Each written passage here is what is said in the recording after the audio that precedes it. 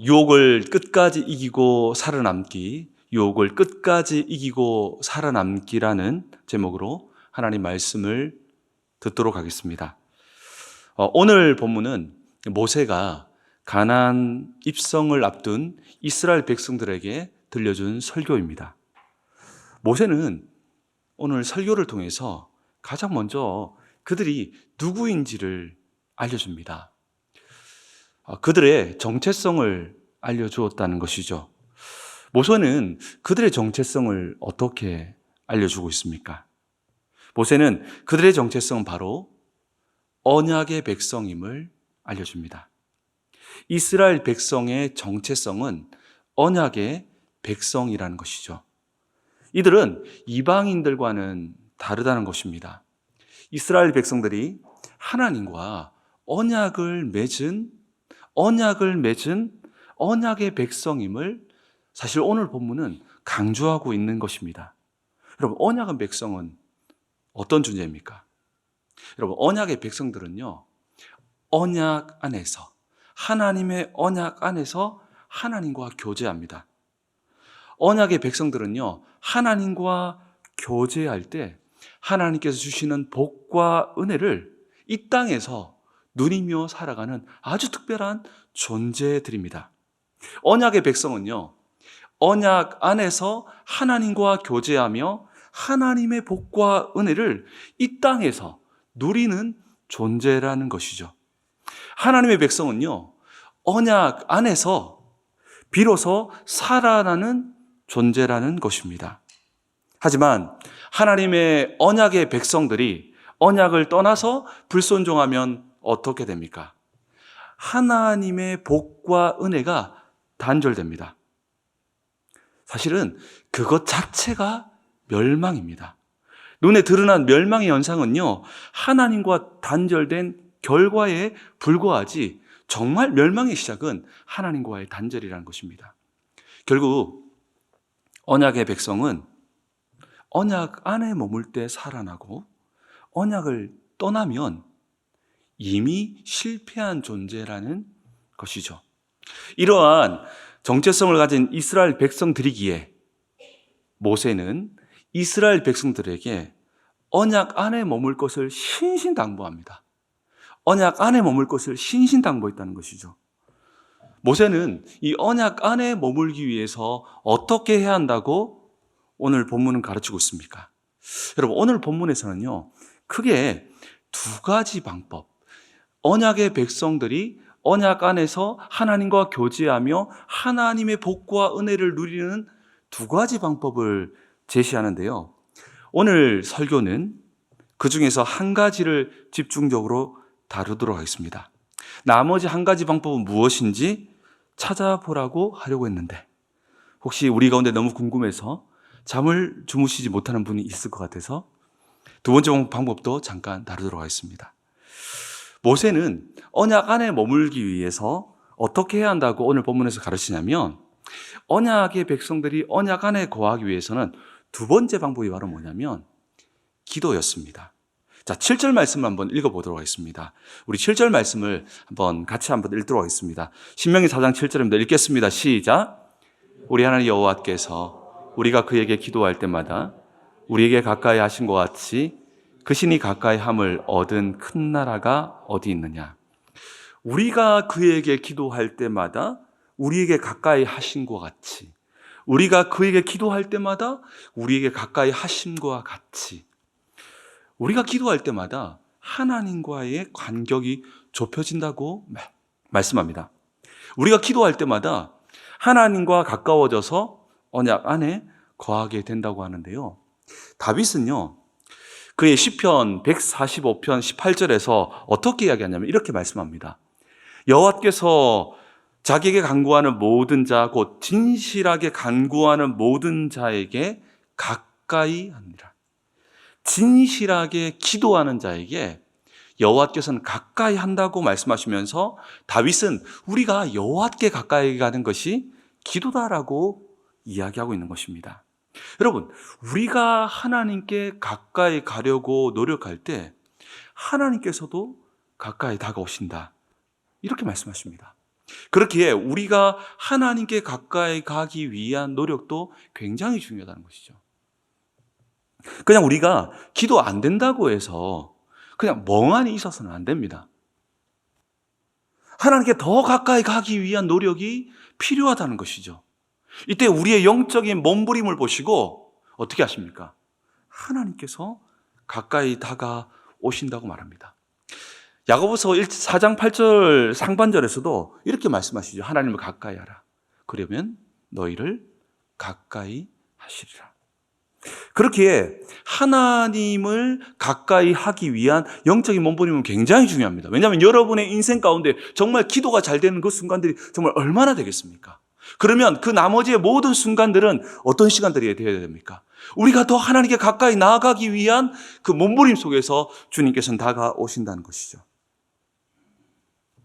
그렇기 때문에 우리가 이 몸부림 속에서 때로는 사람들에게 중보 기도를 요청해야 할 때도 있고요.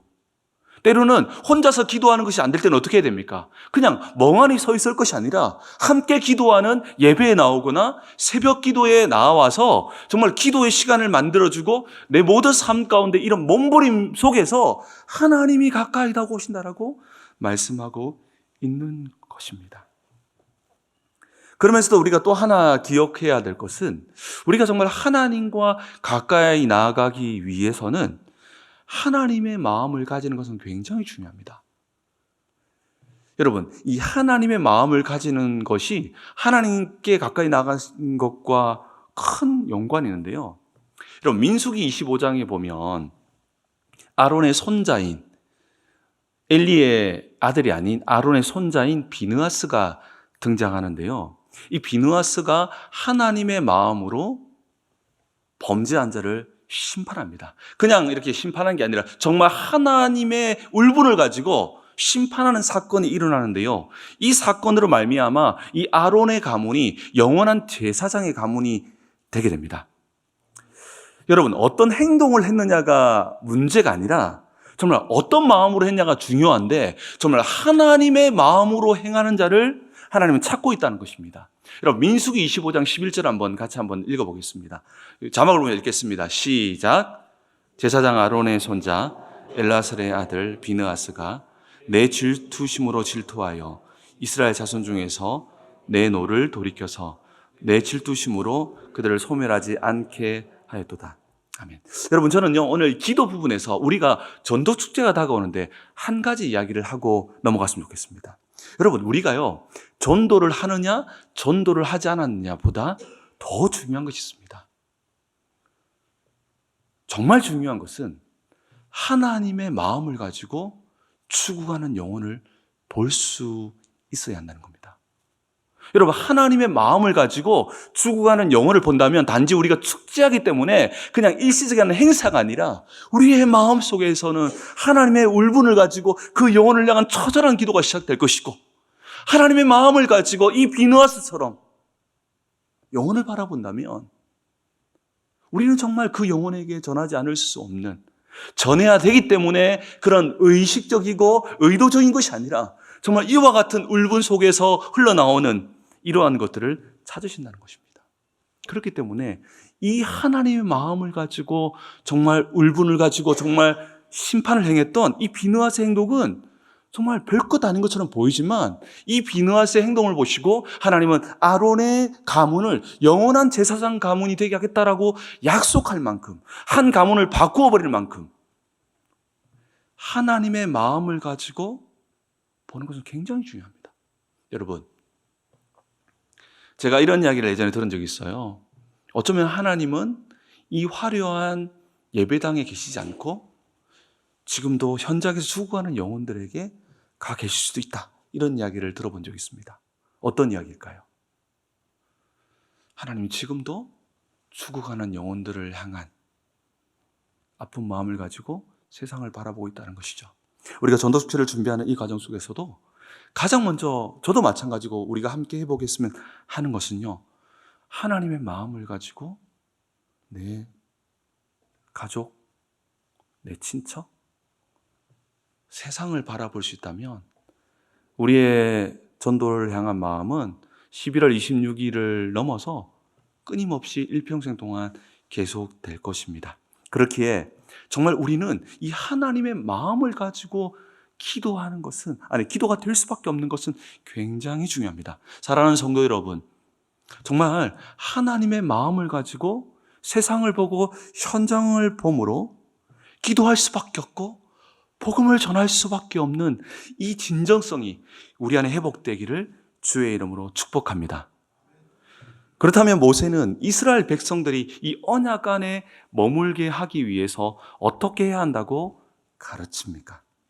그것은 바로 여호와의 명령에 순종해야 한다고 가르칩니다.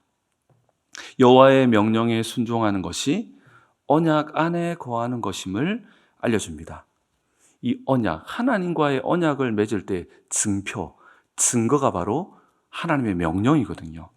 여호와의 명령, 여호와의 증표인 여호와의 명령에 순종하는 것이 바로 언약 안에 거하는 방법임을 모세가 알려주는 것입니다. 그렇기에 오늘 본문은 4번이나 여호와의 명령에 순종해야 살 수 있다라고 신신당부하는 장면입니다. 여러분, 오늘 본문의 1절 말씀을 같이 읽도록 하겠습니다. 우리 같이 읽겠습니다. 시작. 너희에게 가르치는 규례와 법도를 듣고 준행하라. 그리하면 너희가 살 것이요 너희 조상의 하나님 여호와께서 너희에게 주시는 땅에 들어가서 그것을 얻게 되리라. 아멘. 여러분, 여호와의 명령에 순종하는 것이 하나님의 언약의 백성들이 언약 안에 거하면서 하나님의 복과 은혜를 누리는 방법이라는 것입니다. 이때 2가지 복을 누리게 되는데요. 그것은 바로 오늘 본문 1절의 말씀처럼 그리하면 어떻게 됩니까? 너희가 살 것이다. 그리고 너희 조상들은 여호와께서 너에게 주시는 땅에 들어가서 그것을 얻게 될 것이다. 바로 살아남과 땅을 얻게 된다고 말씀합니다. 하나님 백성이요, 언약 안에 거할 때에 가장 먼저 살아남을 경험하게 된다는 것입니다. 여러분, 이 살아난다고 하는 히브리어 단어는 다시 살아나다, 소생하다라는 뜻으로서 영적인 변화와 인생의 회복을 의미합니다. 여호와의 명령에 순종할 때 영적인 회복과 인생의 회복이 시작된다는 것이죠. 그러면서 땅을 누리게 된다라고 오늘 모세는 약속하죠. 결국 이 언약의 백성은요, 여호와의 명령에 순종할 때 진정한 회복을 경험하게 된다는 것입니다. 살아남을 경험하게 된다는 것입니다. 이때에 모세는 한 사건을 상기시키는데요. 모세가 이스라엘 백성들을 이끌고 시딤에 머물 때에 바알 부올 숭배 사건이 일어나는데 그 사건을 상기시킵니다. 이 사건은요, 바알 부올 숭배 사건은요, 이스라엘 백성들의 상처였습니다. 이 사건은 민수기 25장에 기록되어 있는데요. 바알 부올이라는 이 단어는 부올에서 섬겼던 바알 우상이었음을 알 수 있는데요. 모압 여자들이요, 바알 부올을 숭배할 때 이스라엘 남자들을 초청한 겁니다. 그리고 그들과 함께 음행을 저지르며 바알에게 바알 숭배를 한 것입니다. 이때 수많은 이스라엘 백성들이 하나님의 언약을 떠나서 바알 부올을 숭배하게 됩니다. 이 사건으로 말미암아 바알 부올 숭배한 사람들은 모두 죽임을 당할 뿐 아니라 이스라엘 공동체도 징계를 당하는데요. 이 사건으로 말미암아 전염병으로 24,000명이 죽게 됩니다. 여러분, 24,000명이 어마어마한 숫자 아닙니까? 무려 24,000명이나 죽게 되고요. 이 사건을 상기시킴으로써 여호와의 언약을 떠날 때에, 언약 밖으로 나갈 때에 자신뿐 아니라 공동체의 무서운 결과를 초래함을 상기시킨 것이죠. 여러분, 이 전염병조차도 계속 죽어나갔는데 아까 서두에 등장했던 비느하스가 하나님의 마음으로 심판을 행할 때에 비로소 이 전염병이 멈추게 됩니다. 그러면서 모세는요, 이 이스라엘의 상처를 들추어내면서 모세가 없이도 살아남을 수 있는 법을 전수합니다. 이제 모세는 사라질 거거든요. 끝까지 언약 안에 머물면서 이 언약의 축복을 누리는 법을 전수합니다. 사실 이 방법은요, 모세가 평생도록 사용했던 방법이기도 합니다. 이 방법은요, 모세의 간증이기도 합니다.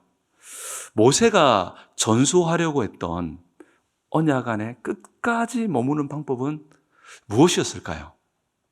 이 방법은요, 멸망의 유혹에 빠지지 않는 적극적인 방법입니다. 단지 벌받지 않기 위해서 순종하는 소극적인 방법이 아닙니다. 소극적인 방법으로는 유혹을 이길 수도 영적인 싸움을 이길 수도 없습니다. 그렇기에 모든 유혹을 이기고 끝까지 살아남는 더 적극적인 방법이 필요하다는 것이죠. 단지 벌받지 않기 위해서 순종하는 정도로는 유혹과 영적 싸움을 이길 수가 없다는 것이죠. 그렇게 모세는 더 적극적인 방법을 제시합니다. 모세가 모든 유혹을 끝까지 이기고 살아나는 방법을 제시하는데요. 여러분, 모든 유혹을 이기고 끝까지 살아남을 수 있는 방법은 무엇이었을까요? 오늘 본문 4절입니다. 우리 오늘 본문 4절 말씀을 다 같이 한 번 더 읽도록 하겠습니다. 시작.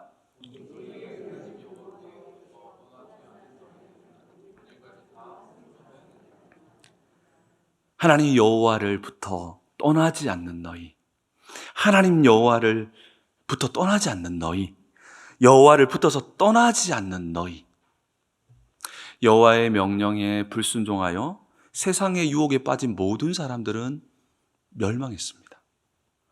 오직 하나님께 붙어서 떠나지 않은 사람들만 살아남았다라고 말합니다.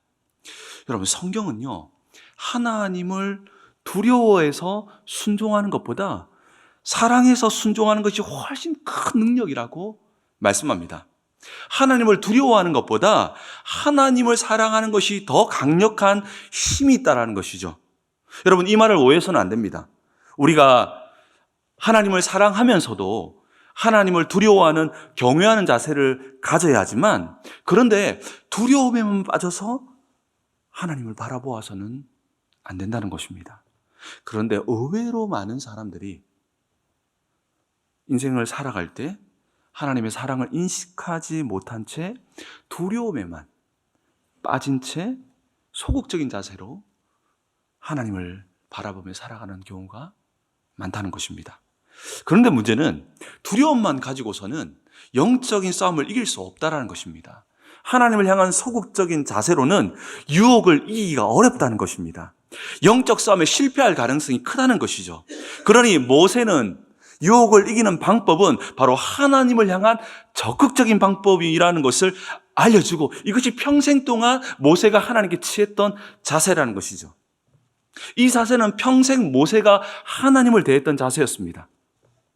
마지막으로 이 자세를 이스라엘 백성들에게 전수하게 되는데요. 그것은 한마디로 하나님을 뜨겁게 사랑하는 것입니다. 하나님을 뜨겁게 사랑하는 것이요, 유혹을 이기는 적극적인 방법이라는 것이죠. 그것이 바로 여호와를부터 떠나지 않는 것입니다. 여호와를부터 떠나지 않는 것이라는 것이죠. 여러분, 그렇다면요, 4절에 있는 너희의 하나님이 여호와를부터 떠나지 않는 것, 이것은 어떤 의미일까요? 여러분, 이 의미를 이해하기 위해서는 이 붙어있다라고 하는 이 단어를 조금 연구해 볼 필요가 있는데요. 이 붙다로 번역된 히브리어 단어는요, 따바크라고 하는 단어인데요. 이 정관사가 결합되어 분사형으로 사용됐습니다. 어렵죠? 그래서 어떤 단어로 된 의미가 되냐면, 달라붙다, 매달리라고 하는 그냥 소극적인 단어가 아니라 매우 적극적으로 매달린다. 마치 수로보링의 여인이 나는 정말 개의 부스러기 주인의 상에서 떨어지는 그 부스러기도 먹겠습니다라고 하면서 자신을 정말 개로 비유하면서 나아갔던 그 적극적으로 매달린 것 같이 하나님께 정말 적극적으로 매달린 것을 말하는 겁니다. 그러면서 이 따바크라고 하는 단어는 또 독특한 게 뭐냐면, 뒤에 따라오는 전치사에 따라서 의미가 좀 달라지는데요. 이 따바크라고 하는 오늘 본문에서 뒤에 어떤 단어, 어떤 전치사가 따라오냐면 인이라고 하는, 아니라고 하는 전치사가 따라옵니다. 그래서 어떤 의미로 바뀌냐면 이때 이 붓다라고, 오늘 본문에 나오는 이 붓다라고 하는 이 번역된 히브리어 단어는요, 어떤 의미로 바뀌냐면요, 적극적으로 하나님 안에 붙어 있으려고, 적극적으로 하나님 안에 붙어 있으려고 매달리는 모습을 이야기하는 것입니다. 무슨 말 알겠죠? 하나님 속에 붙어 있으려고 매달리고 하려고 하는 그 형태가 바로 붓다라는 겁니다. 붓다. 결국 붓다라고 하는 히브리어 단어는 가장 친밀한 행위를 말하는 것입니다. 그것은 어떤 행위와 연결되냐면 창세기 2장 24절에 이러므로 남자가 부모를 떠나 그 아내가 합하여 둘이 한 몸을 이루어지니라. 이 단어와 같이 연합된 결혼의 관계를 말하는 것입니다. 이 붓다라고 하는 이 의미는요, 바로 하나님을 사랑함으로 연합의 상태에 이르러서 거기에 정말 끄들지 않으려고 정말 매달린 상태, 그것이 바로 여호와를 부터 떠나지 않는 것, 여호와를 사랑함으로 친밀함으로 연합된 상태를 유지하려고 매달려 있는 상태, 그 느낌 아시겠죠? 바로 수로보니게 여인들처럼 이 상태가 바로 모든 유혹을 끝까지 이기고 살아나는 방법이고, 이것이 바로 모세가 하나님을 대했던 방법이었다는 것입니다. 여러분, 단지요 유혹과 싸우자 이런 소극적 자세로는 어렵다는 것입니다. 하나님을 뜨겁게 사랑함으로 연합된 상태를 유지하려고 하는 그게 매달림 상태. 그렇습니다. 우리는 적극적인 자세로 하나님께 붙어 떠나지 않아야 합니다. 여러분, 싸우는 것이 문제가 아닙니다. 하나님을 뜨겁게 사랑하고 붙어 있기를 힘쓸 때에 결국 승리하게 될 줄 믿으시기 바랍니다. 이것이 우리에게 주는 메시지입니다. 이것을 가능하게 하기 위해서 가장 먼저 무엇이 선제되어야 할까요? 우리를 향한 하나님의 사랑을 확신해야 합니다. 왜냐하면 우리는 사랑할 수 없기 때문입니다.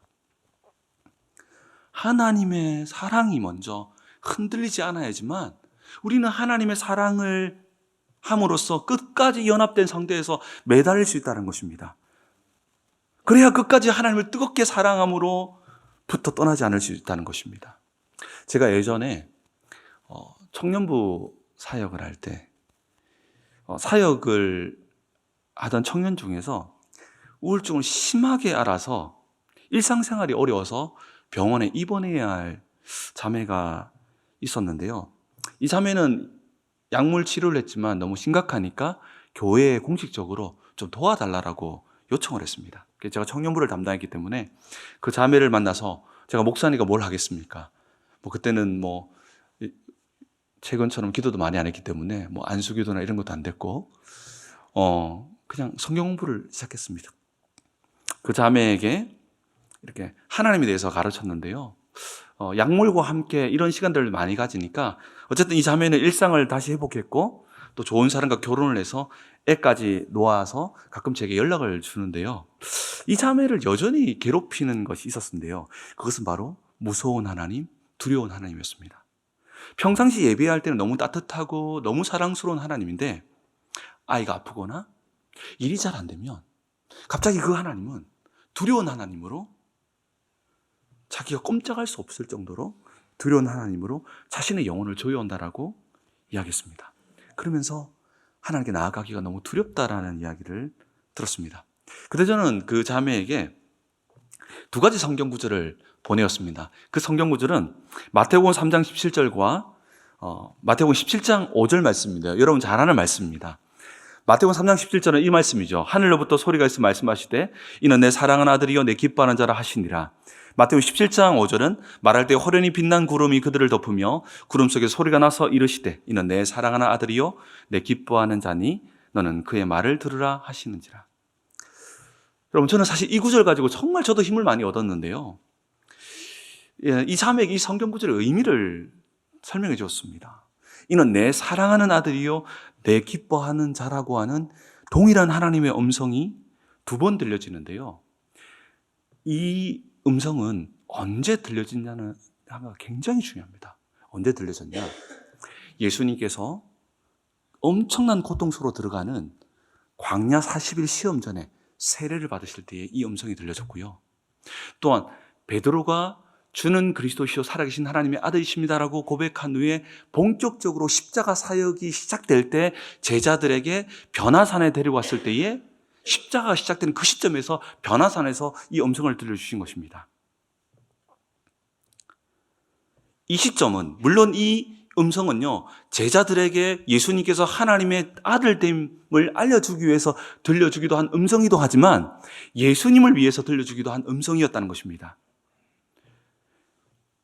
가장 고통스럽고 힘든 상황이 시작되는 그 시점에 하나님께서는 예수님에게 이는 내 사랑하는 아들이요 내 기뻐하는 자라고 들려준 이유는 무엇일까요?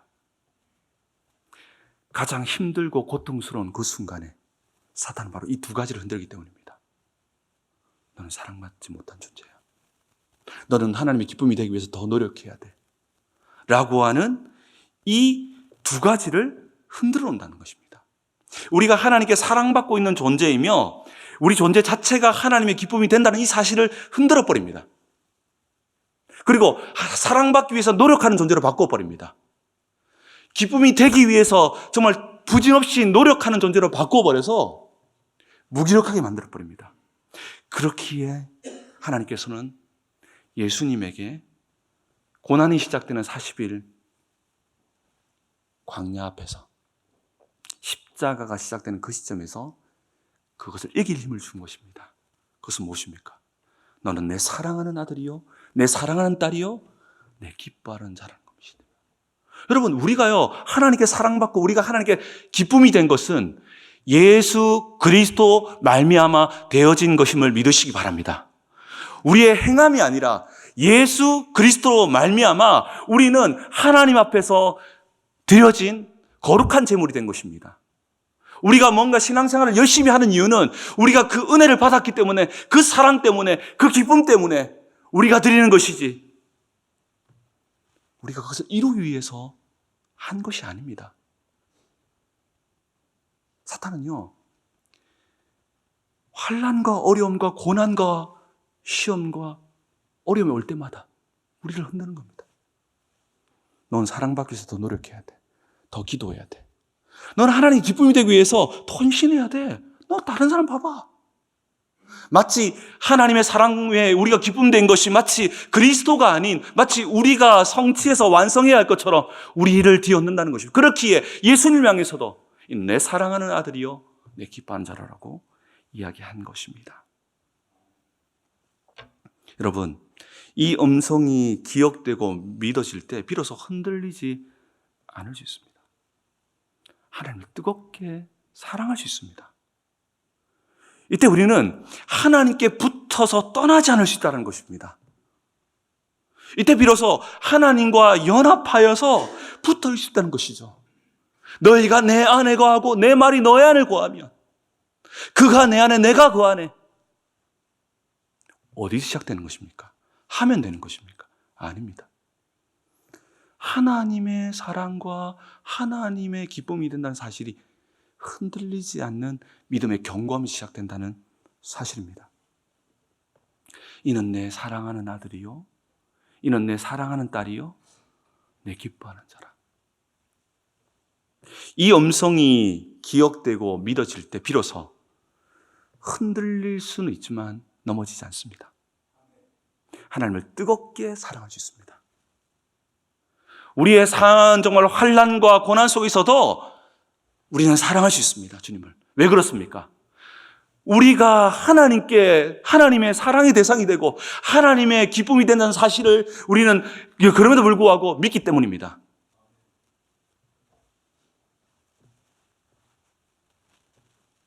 이때 우리는 비로소 오늘 모세가 이야기했던 것처럼 우리의 하나님 여호와를 부터 떠나지 않을 수 있다는 것이죠. 처음에는 붙어 있지만 어둠의 영들이 하나님의 사랑에 대한 것을 흔들어 버리면요, 붙어 있다가 이걸 잡을 힘이 없다니까요. 여러분 그런 경험 있지 않습니까? 죄책감과 두려움과 나는 하나님의 더 기쁨 이루기 위해서 노력해야 돼. 나는 하나님 사랑받기 위해서 더 노력해야 돼. 라고 하는 이러한 소리가 복음이 들려주는 소리가 아니라 우리를 기도하지 못하게 만들고 언약 안에 이미 거하였다는 사실을 보지 못하게 만드는 어둠의 영의 공격이었기에 예수님께서도 가장 큰 고난이 시작되는 두 지점에서 하나님은 이는 내 사랑하는 아들이요 내 기뻐하는 자라고 들려주었다면 우리에게도 동일합니다. 이 음성이 기억되고 믿어질 때 비로소 우리는 하나님께 붙어 있을 수 있는 힘을 얻게 되고요, 그 힘으로 말미암아 우리는 살아날 수 있다는 것이죠. 여러분, 믿는 자의 힘은요 여기서 시작되는 것입니다. 믿는 자의 힘은요 바로 하나님의 사랑을 확신하며 우리가 하나님을 뜨겁게 사랑하고 주님과 연합된 마치 결혼관계처럼 끈끈하게 정말 매달려 있는 상태. 근데 그 힘은 어디서 시작되냐? 하나님의 사랑을 확신하고 우리는 그러한 받을 자격이 없는데 하나님이 기쁨이 된다고 하는 이 사실, 여기서 시작된다는 것입니다. 그 사랑으로 말미암아 우리는 뜨겁게 하나님을 사랑하고 그 사랑으로 말미암아 우리는 주님께 매어 있을 수 있다는 겁니다. 모세는 이 사랑이 있었습니다. 끝까지 매달리는 겁니다. 아무리 흔들어도 이는 내 사랑하는 나는 부족하고 넘어지고 깨지는 존재지만 그럼에도 불구하고 그리스도의 보혈로 말미암아 나는 하나님께 사랑받는 존재요, 하나님의 기쁨이 된다. 어둠의 권세는 주 예수 그리스도로 떠나가라라고 선포하는 것입니다.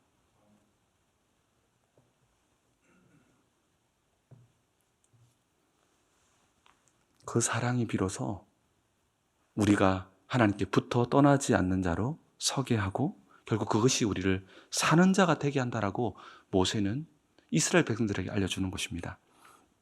사랑하는 성도 여러분, 우리는 하나님께서 사랑하는 딸이며 아들입니다. 아멘이십니까? 사랑하는 성도 여러분, 우리는 하나님의 기쁨이 됩니다. 이 사실이 믿어지게 되기를 주의 이름으로 축복합니다. 이 사실이 평생 우리의 심장에서 요동치게 되기를 주의 이름으로 축복합니다.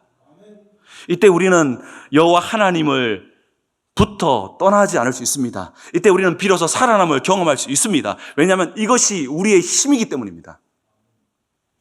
이것이 바로 우리가 모든 유혹을 이기고 끝까지 살아남는 힘이 되기 때문입니다. 느헤미야가 두려운 하나님에 갇혀서 하나님께 나아가지 못하는 이스라엘 향해서 뭐라고 선포합니까? 느헤미야 8장 10절에 이날은 우리 주의 성일이니 근심하지 말라. 여호와로 인하여 기뻐하는 것이 너희 힘이니라. 여호와로 인하여 기뻐하는 것이 너희 힘이니라. 여러분, 이것이 신약에서 이는 내 사랑하는 아들이요 내 기뻐하는 자다 라고 하는 하나님의 음성이 됩니다. 저도 최근에 조금 기도가 좀 되지 않아서 답답한 마음이 좀 있었습니다. 기도 시간에 앉아있긴 앉아있지만 좀 뜨거운 마음이었고 좀 그런 답답한 마음이 조금 있었는데 이 말씀이 제 마음을 이렇게 녹이더라고요. 사실 이 말씀은 제가 어저께 성경 공부하면서도 좀 나누었었는데요. 정말 이 말씀이 정말 믿어지니까요. 기도가 더욱 깊어지고 더 깊이 주님을 만나서 당당히 주님께 나아갈 수 있게 되더라고요.